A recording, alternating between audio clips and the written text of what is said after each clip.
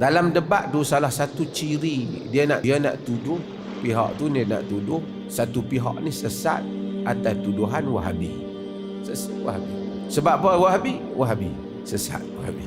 Sebab apa Wahabi sesat? Antara sebab dia tu suka tuduh orang lain sesat. Tapi sepanjang debat tu kita duk tengok dia yang duk tuduh orang sesat. Kesimpulan dia pun tuduh orang sesat. Tuan-tuan tahu barah. Bila dia kata Perlis bukan Wahabi, okeylah. Hantar abang pun kami tahu. Otoriti Perlis bukan Wahabi. Cuma kita tanya, jadi siapa yang Wahabi? Hampa tumbuk angin ke? Memang ada betul.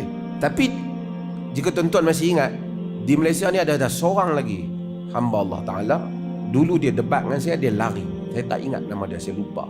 Dia di dalam mahkamah, bila ditanya di mahkamah, adakah saya Wahabi? Dia kata tak. Ini ada dokumen dia, documented dalam mahkamah. Kenyataan dalam mahkamah. Dia kata tak.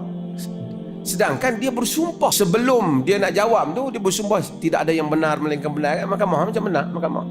Tapi di luar dia cakap lain. Di luar cakap lain.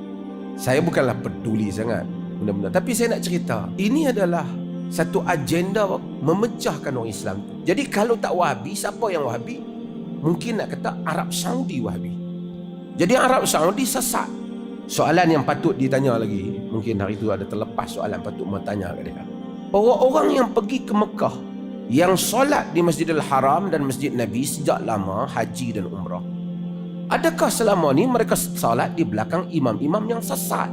Dan ajaran mereka ini telah menjadi barah, sehingga menyebabkan ada orang pergi umrah dan haji semayang dalam bilik, kerana tak mau semayang di Masjidil Haram, kerana tu imamnya dituduh Wahabi, kerana sesat semayang di belakang tu imam tersebut. Tuan-tuan lihat, saya ingin mengingatkan pihak kerajaan, mereka ini adalah barah dalam masyarakat, fanatik.